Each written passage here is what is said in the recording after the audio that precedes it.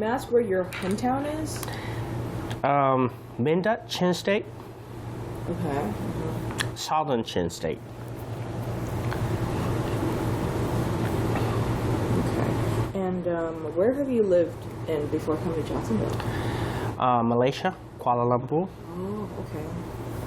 And then you came directly. Yes. May I ask how long you lived there?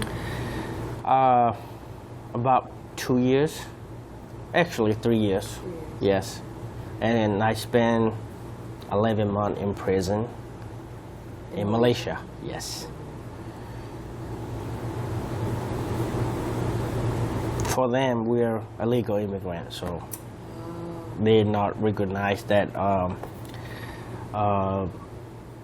UNHCR, back then, but now it's a different story. Yeah. So, what year did you come to Jacksonville? 2007. 2007. Yeah. So you've been here for about 11 years. Yeah. And within Jacksonville, have you been moving a lot? Or? No, I've been here since. You've been living in the same place? Yes, the same place. Not even moved different side of town. When I get here, the same south side, and stay in the south side now. So the address that you have, it was a place where you... No.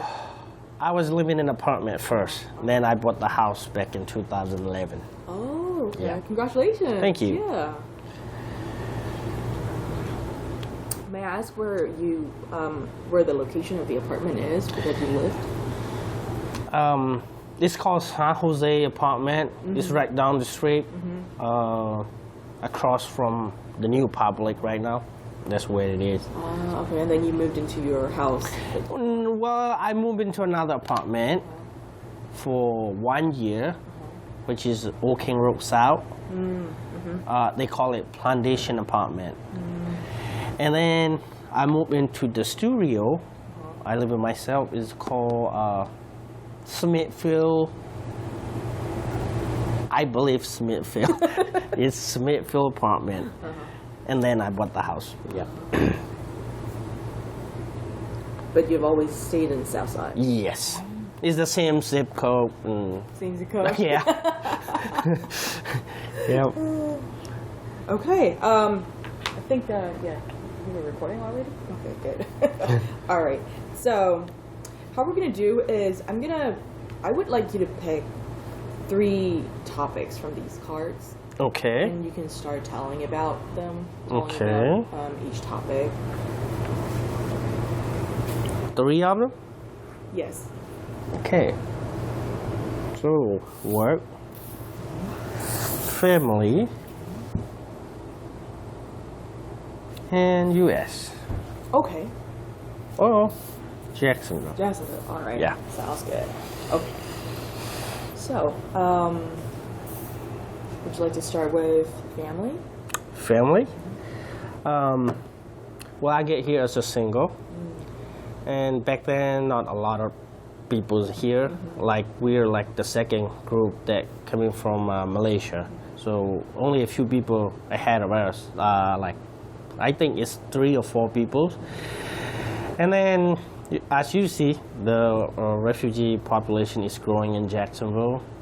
Well, then I met my wife here, and I have 2 kids, 2 little girls, and yep, here we are. Yeah. Can you also tell us a little bit about your family? Back in Burma? Life? Sure. Yes, I have 5 family members, like 3 brothers and 2 sisters. Well, not 2 sisters, 1 sister and me, so 5. And my dad was a school principal. My mom was, she's, what they call it? She has like a grocery store. Yeah. And, well, now I only have 1 my sister left. 2 of my brothers was gone. We don't know where they are. I don't even know they still alive, or I don't know. And 1 just passed away because his health is not good. So, yep, that's my family. And then you decided to, your decision to leave the country? Well, actually, no. I never want to leave my country. I was 15 back then. 2000 and I believe 2002 or 2003. You know that lady, Aung San Suu Kyi, right? She was in town. We were a teenager, so we participate when she has like a speech to the general public and stuff. So after everything's done, she was leaving the town. Then we, like as usual, like the cop start asking too many questions. And we have a bad experience with that because my uncle, he's the party leader in the township level.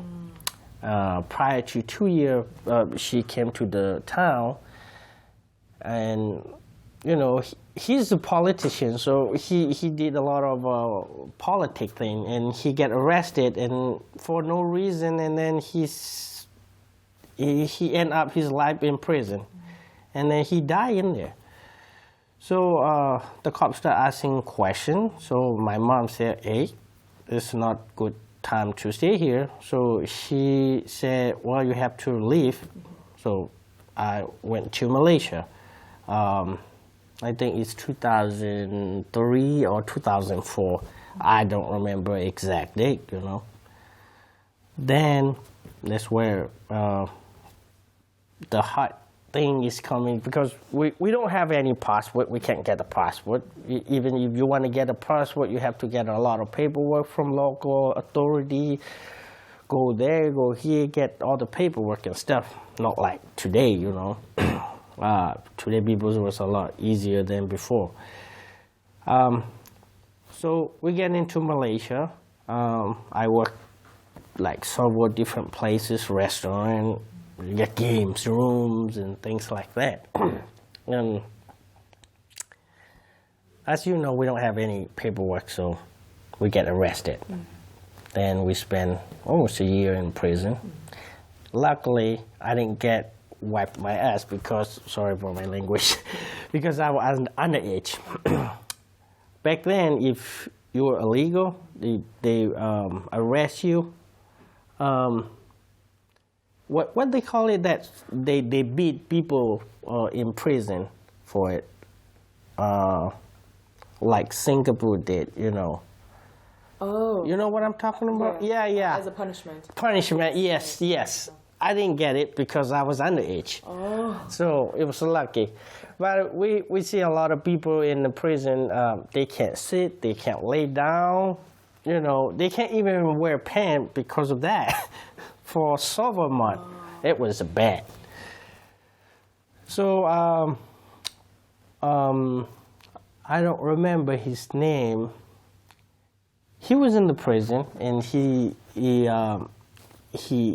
came to the prison here, and they asked if we can get you out. Do you want to be out? I said, hell yeah, why not? We don't want to be here for a long time. So they ask our story. They make a case, and then that's how I get the refugee status. So I get out from the prison. I spend several months outside, and that's where we get a call from UNHCR. Hey, we're gonna settle you at the U.S. So I say, okay. So here I am. Oh. Yeah.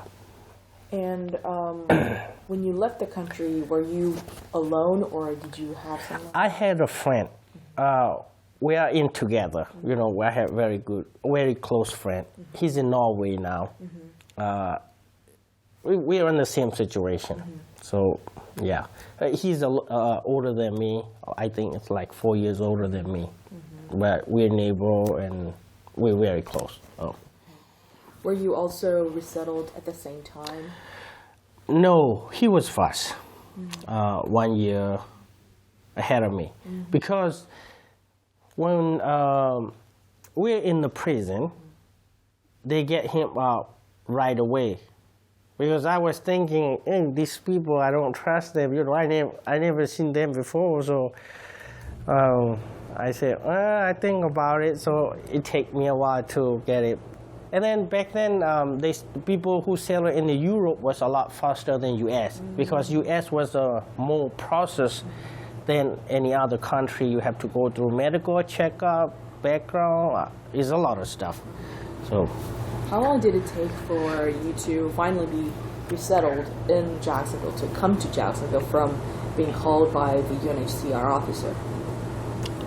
Before even knowing the country? Yes. Okay. Over a year, I think. Over a year. And for that time of waiting, were you still in prison? I was in the prison most of the time, but I was out several months working, you know. So I don't remember exact date. It's been a while, so and then it's not a thing that you wanted to remember. How was Kuala Lumpur? Kuala Lumpur? Yes. What did you think of the city? It's beautiful, very beautiful city. People are nice, but the cops are not, and the immigrations are not. And it was funny though, because when the cop, when they stop you, it's not like here. They can stop anybody they want. They ask you a passport or IC. They call it IC. We call it here ID, right? If you don't have it, just prepare to pay them. Whatever you have in your pocket, they can take it. Even a coin. Oh. So if you don't have money, yeah, you end up in jail. That's how I ended up in jail. Yeah. So it's not like, you know, people are nice. I work with a lot of different, I work with the Chinese, I work with Malay, I work with the Indian. My brother, they are great. But the cops are not. I'm telling you that. Aside from the cops, did you think the city was welcoming you? Not really. Okay. Not really. Not really. But we don't have much time to hang around a lot, so I'm not really know what's out there, you know. Most of my time in Malaysia was the prison, so. What made you think that the city wasn't welcoming you so much? Do you have an example? Well, the thing is, first of all, you're not Muslim. This is Islamic country. So you have to be really careful about it, you know. When it comes to religion, you can't just talk things. The same thing in Burma. You know, if you're not Buddhism, you have to be careful what you say or what you do, or you can't even get a higher government job in Burma if you're not Buddhist. So, well, I don't really know, like I said, because most of the time in prison, well, even in the prison, you see a lot of Muslim in there. They pray. Other religion, you can't pray in there. Yeah. So, all the cops are Muslim. Only a few of them are like Chinese and Indian. So. How was housing in Kuala Lumpur? It was bad. We rent a complex, a condo, 3-bedroom, 2-bed, I guess. And we live in there like 60, sometimes 60 people in it. So every night you better get in it first, otherwise you don't have place to sleep. So At night, when you wake up and you look at it, people just sleep everywhere. No empty spot. So, because we can't afford to get, like, one family get one houses or one condo. No, we can't afford that. So. Was it close to your workplace? Sometimes, yeah. Sometimes no, because we have to change job a lot, because they call it operasi. Malaysian call it operasi because that sometimes they do operation on like one street. So like they have a food cart in there, then the immigration, the police, and some volunteer, and they try to catch a legal immigrant in there. So we have to change job to job, every time that happen, and you move it to another place, wait couple months, and then going back to the same place you used to work. So, yeah. So sometimes it's close, sometimes it's like way far, like Penang or Johor Bahru. That is total a different place of the country. Yeah. Then you would have to move to. Yes, you have to move a lot. You have to move a lot. And how would you be able to find jobs? Well, you have to learn.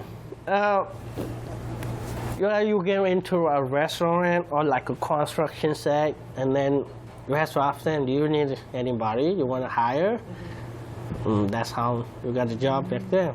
And sometimes you have a friend, you say, hey, my boss needs some people, so that's how you got a job. Was there a particular reason why you and your friend chose to go to Malaysia, Kuala Lumpur?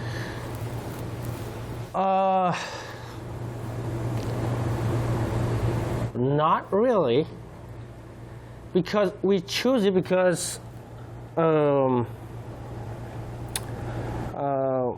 we don't know any other place that can, we can escape from for a while. We're not planning to move here to the state. We just want to go there and wait couple month or couple years to see how things go. If things go good, then we plan to go back. So, we choose Malaysia because there's back then people going out to work for find a job. So Singapore and Malaysia was the best place to work, easier to find a job. So that's why we picked Malaysia. Yeah.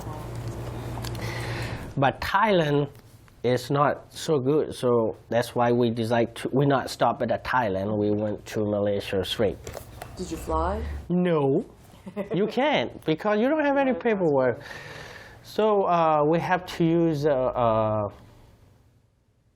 what they call it. You can call it agent or smuggler. How you gonna say it? I don't know. So we have to get into Burma and Thai border, and they pick up us, and like a sedan, like a Toyota Camry, they put like 10 people in there. The trunk, you can sit on the floor. Some people sleep on the floor, and you put your leg on top of that, and you cover with stuff in there. And then we get into, I don't even know what town it is. We get into the town, and then we walk like 4 or 5 days in the jungle to avoid the immigration checkpoint, and I don't know. And then we get into another city. I remember that city. I don't know. I don't remember that part. I don't know. It's close to Malaysian border where we get there, and then we ride a bus for like 2 hours, and then the same thing. They put us on the sedan, like the Toyota Camry, and then we headed to Kuala Lumpur. And when you get into Kuala Lumpur, nobody is there. You know nobody. So they just drop you in the downtown. So you have to find your contact. If you know somebody, you're lucky. If you don't know somebody, then you're screwed. You end up in the jail or get a job or, you know. Luckily, my friend has a friend. Well, his brother's friend. He's in Malaysia for a very long time. So we call him. He helped us. So things are a little easier for us. Yeah. But some people are very difficult because you pay them, they get you into the Kuala Lumpur, that's it, that's their job. They're not going to find you a job, nothing. They just drop you up somewhere in the downtown, that's it. So some people just, that's how people disappear. You know, some people get lost, or you don't even know. We were lucky because we don't have any problem when we cross Thai border and the Malaysian border. Some people have a problem there, and some people end up in fish boat somewhere in Thailand. They sold it to them, and you, like a slave, you work for them, get paid nothing, you know. So we were lucky, yeah. Now let's talk about, maybe we can move on to the next topic, Phil? Yeah. Yeah. So tell us about anything that Jacksonville. you like about it or don't like about it. Oh, I love Jacksonville. So, finally, we get visa, everything's ready. We go through all the process, medical checkups and things like that. So they give us IOM back, right? So they have JAX in there. I said, what the hell is JAX? So, and then right behind JAX, it said FL. I don't know FL, what's FL? So, well, let's figure it out. So we know nobody's here. So we left Kuala Lumpur, and then I believe it was Hong Kong. Then we get to transit, and then Los Angeles, and then we spent 2 nights in a motel, I guess, because I don't know. People pick up us, you know, and then they put me in the room and stay there. So 2 days, I guess we're waiting for the flight to Jacksonville. Then we get here and... So you're in Los Angeles and then... Jacksonville. And then Jacksonville. Jacksonville.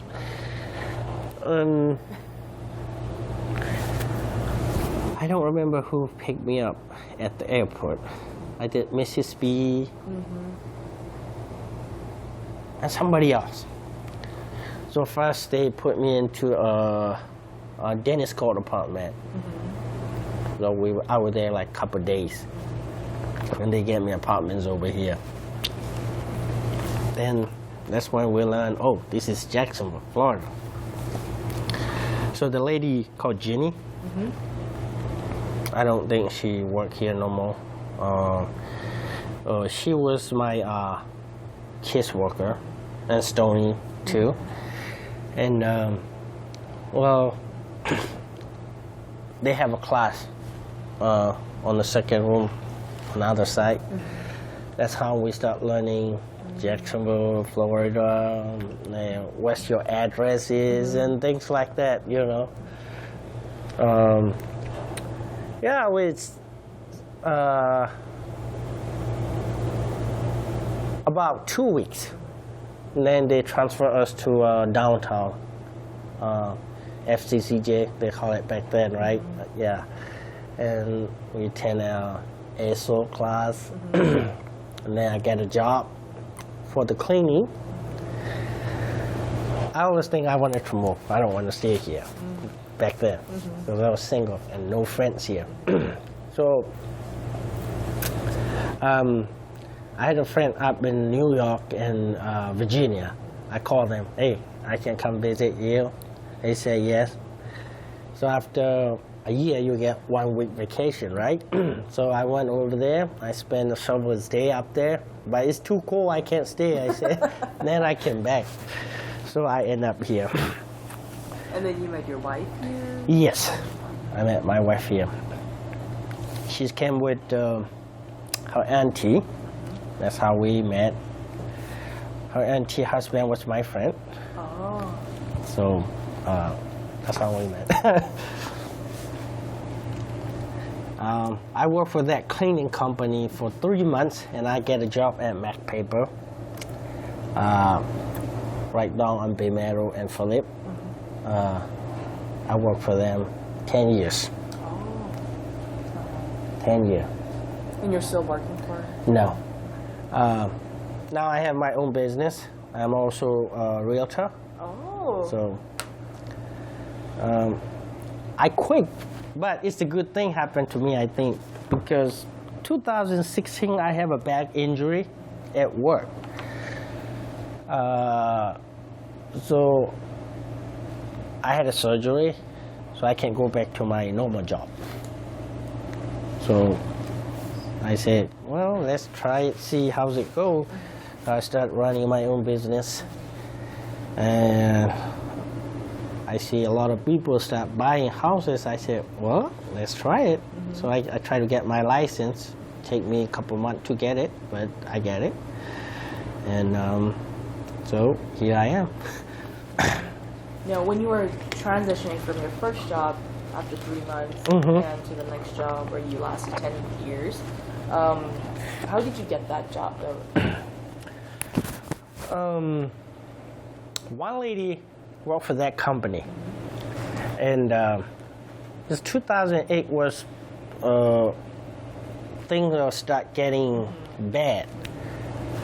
It's very hard to find a job back then, and she said she's came here as a asylum from Guam, yeah. So she been here a while. She said, oh, they're hiring, try it. So I said, okay, why not? So I went down over there with the bike from here to all the way down to Bay Meadow because I don't want to wait the bus. So I fill it out application, and I don't have any resume, nothing. Just fill out. Well, it's the basic job, so they don't need that. So that was like people were lining up. Like 14 people applied for 2 positions. I was lucky. They hired me and the other guy. So I ended up there for 10 years. Wow. And your business, your current business, you're Yes. a realtor and you have your own business? Yes. Asian grocery store, right down the street, next to Hala Cafe. Yeah. We start with small space, and then things getting better, so I decide to expand it. So it's close to 3,000 square footage now. How did you think of what made you start a business? I mean, it's a big move. Yes. The reason is I always want to be on my own. Even though I work for the company, I make pretty good money over there. I mean, really good money compared to other people. But I always want to be independent. You know, I don't want to work for somebody. And plus, I think it's, I don't know, my family blood on me or something. My dad, he worked for the government for a long time here. He retired, but my mom was running her own business for a long time. Everything, you know, we're not born, you know, it's a long time. So I don't know, that's trigger me or somewhat, you know. And plus, I can go back to my normal job because of my back. So I spent the whole 2016 hospital, doctor, therapy, and my wife, well, I still get paid. I still get paid because that's work injury. So my wife said, well, she want to work. I said, no, you don't have to work. And she said, well, let's start the business, see how it goes. So that's how I started. Yeah. How was the process? You know, how did you find? Because I have to say, there's got to be a lot of things. That Yes. Yeah. Because there's the, thanks to UNF, I took the class. Small business, something. They have a division over there, right? I don't remember how much I paid, like $50 or something. I paid that, and I went over there, and that's how I get idea how to start business, what type of license you need, and so that helped me a lot. That helped me a lot. Is that class exclusively for Small business. for everyone who wants Everyone, to start? everybody, Oh. everybody, for everybody, not just refugee. And I call Jack's Chamber. I call them, and I didn't meet them personally though, but they gave me a lot of idea on the phone. And I called the city, and I called the state, see what they require. You know, you don't have to pay nothing. So I said, well, let's give it a try. Well, so I'm telling you, my store is the most compliant store in Jacksonville because To be compliant. right now I didn't have any secrets, but I still have a secret license. I didn't sell any beer and wine, but I have a beer and wine. Well, I'm planning to. I will have it, so I try just kind to keep paying it. It's been what, 2 years and 2 months now, we're in the business. So when I started, I applied for tobacco, beer and wine license in the first place. It's been 2 years. I didn't sell it yet, but still, I keeping up with it because I will do it. Because it's gonna take a while to get it back. When you not renew it, then you have to reapply it. It takes sort of a week to get it through. So I said, well, it's $150 a year. I said, well, if we're to pay it, then you start over running around all over the town and get all the paperwork and stuff. So Just it's better to. It's easier to just. it's easier to just keep it up, you know. Yeah. So things are getting better. Yeah. So I guess you got the idea of starting a grocery store from your mother. Yes. Yeah. And why did you decide to do it here in Southside? Southside, as you know, the refugee populations are growing, and plus we don't have any mixed Oriental culture. Mine is mixed, not just Burmese, you know. Well, you if you went to another store, they might carry all Korean product, or Vietnamese product, or Thai product. Mine is all mixed. A little there, a little here, Malaysian, Korean, Japan, Thai, Burma, you know. So when not a lot of people want to go in one place and get, you know, just for one item. So I decided to have everything in my store. That way people know, oh, I need Korean kimchi sauce, or, you know, in Burmese, or Thailand tom yum sauce, I have it. Korean stuff, I have it. So they just don't have to go Thai store and Korean store. It saves time. So. But I think in order for you to maintain a store that is that diverse, you must have to have a lot of information, knowledge on various cultures.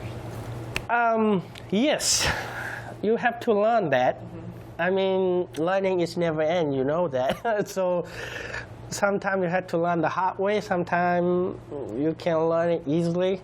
You know, for me, I have to learn the hard way most of them. So nothing is easy for me. What would be the hard way? Like, Well, sometimes we order some product that when the customer asks, we thought that was that one, and then we ordered, it turned up it was totally different item, and we can't sell it, so we lose money on it. So because you can't know all that things, you know, so that's how you learn. So now I learn I don't have to order like 4 or 5 cases. I try to order 1 case first, see how's it go, and then I order next one. And then there's groceries business is not easy. In my country, no inspector, no license, nothing. You don't need nothing, right? But over here, you have to keep up with all the codes, and when they show up at your store, you better prepare to do things. And they always find something.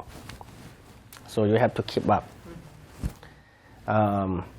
Even how you pack the vegetable, how you pack the meat, you know, how you keep that product to not go bad, you know, the rack temperatures and stuff. So you have to keep up everything. Plus, it's 7 days a week. And I have 2 kids, just me and my wife run it, so it's not very easy job. you don't, you don't take any breaks on weekends? No break. So we just started, so not yet. But we will next month. We're gonna take a week off. Yeah. Yeah, it's been 2 years. I keep my kid at the store, and now they both are in the school, so that's a little easy. Otherwise, everybody's in there the whole day, 12 hours, 9 to 8, and Saturday 8:30 to 8. So it's a long hour. It's a long hour. But you have to work. Yeah. Why do you think, so you said, I think you mentioned a couple of times that the refugee population is growing in Jacksonville, and also in Southside. Can you tell us more about that? Why do you think so? Well, not right now. Not anymore. Yeah. But when you look at 3 or 4 years ago, you see a lot of new people coming in every week or every month. Now you don't see that no more. Oh, it's that time is in. And I read a story couple weeks last week. April refugee entry to U.S. was only 4,000 something. That was bad. But even we're from Burma, we're not the same tribe, you know, different dialects and stuff. Even me and my wife, she's Chin, I'm Chin, but we speak different languages because she's from northern part and I'm from the southern part. So from the northern part is majority a Christian, and the southern part is mixed. They have some animism and some Buddhism and some Christianity. So it's all mixed. So, well, here in Jacksonville, you see Korean, Chin, and Kachin. I don't know, maybe we get about like 4,000 or 5,000 people in Jacksonville. There's a lot of different charges over here, and so that's what triggered me to start the business. Well, but my business idea is I'm not focusing on just refugee.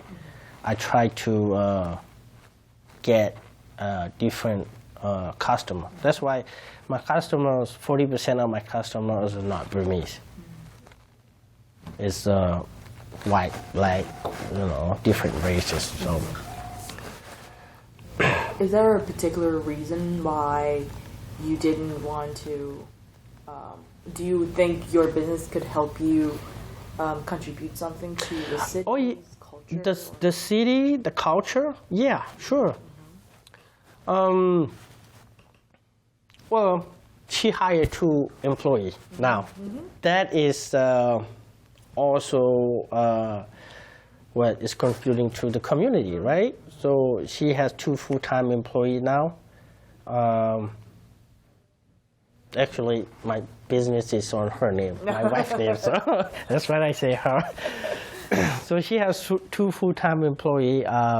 So that's another thing. Plus, I want people to know my culture too, so they know. And then I love to talk, and I love to meet new people every day. So that business is perfect for me. So that's another thing that I picked that. Is there something about Southside that you like to do with doing your business? Living there? For the business, yes, because most refugee population in Southside. So you can guarantee at least, yeah, I can guarantee that I'm not going to lose money. Well, that was hard. I don't have money when I start that. I have a couple $1,000 in my 401k, and so I withdraw that, and that's what I use for start it up. Yeah. How about living in Southside? Living Southside? What do you think? Perfect, but the traffic is bad now. I don't like that no more. It used to be really light traffic, even in university now. If you don't want to go out there like 4 o'clock or 8:30 to 9, it was bad now. But it's good for business. Because there's a lot of more people. Yeah. Yes, yeah. Yes. Now, how did you aside from traffic,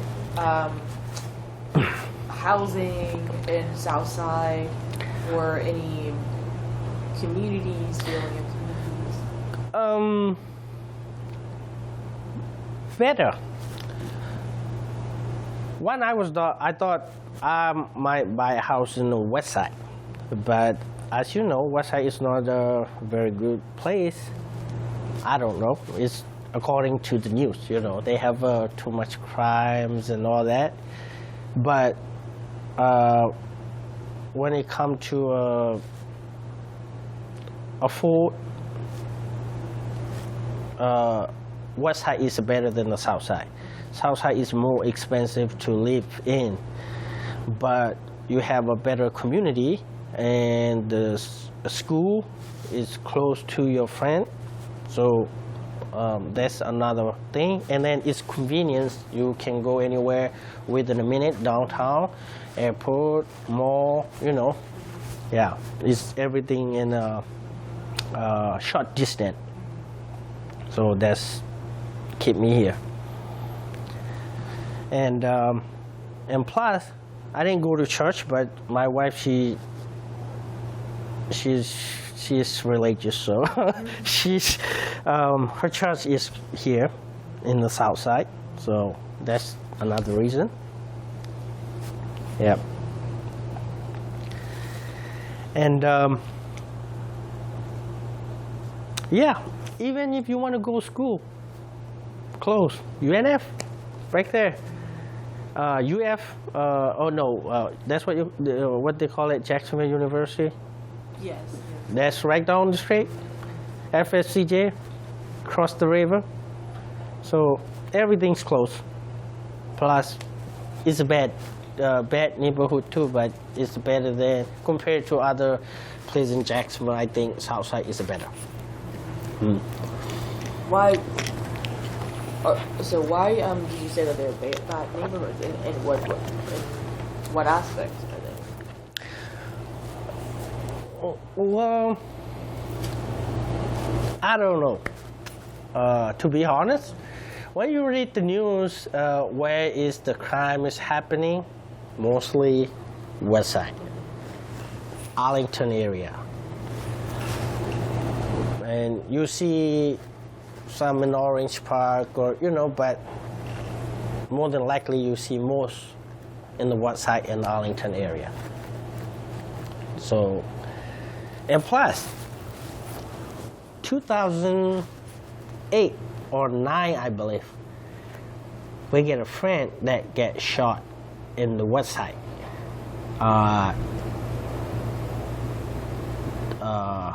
I think the bar, 103rd, in the parking lot, they shot him to death. He's a refugee too. I don't think they get anybody for that, So that's another reason. Maybe it just kept me in my mind that it's a bad neighborhood. It might not, I don't know. But everything I got here, I spend most of the times over here, so I think this is better for me to stay put. Yeah. Compared to other neighborhood, yeah. Now, and plus, Hana Park. That is my favorite place. So every time we get a chance, we went over there, spend time with family. So that is very close too. So how often do you go to the park?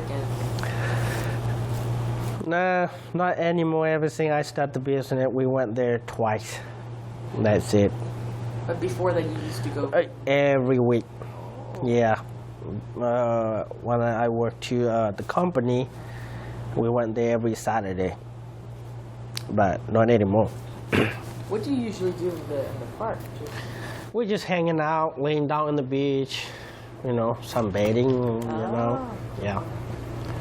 So it was that's another reason I don't want to go far from that.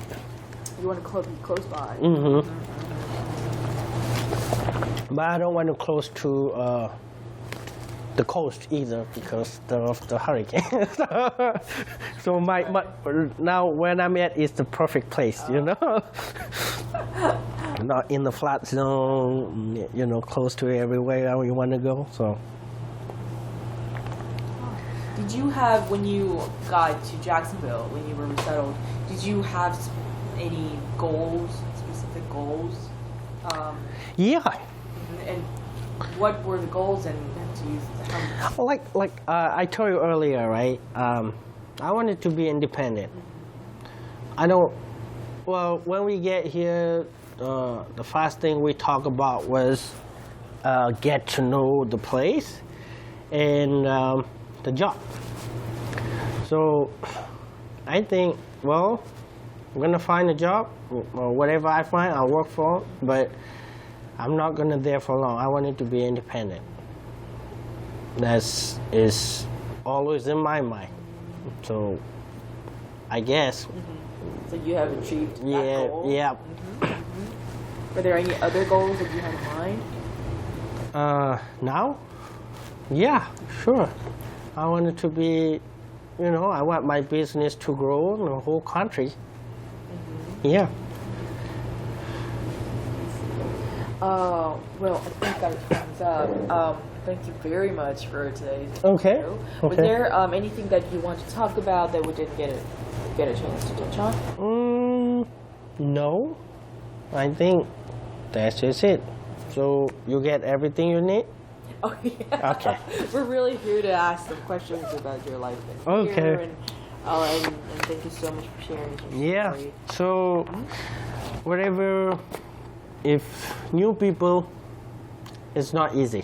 So don't give up. I have nothing when I get here. Zero. Nothing. I don't even have a wallet when I get here. And now your store is under your wife's name. Yeah. Yep, see? But yeah, thank you so much. No problem.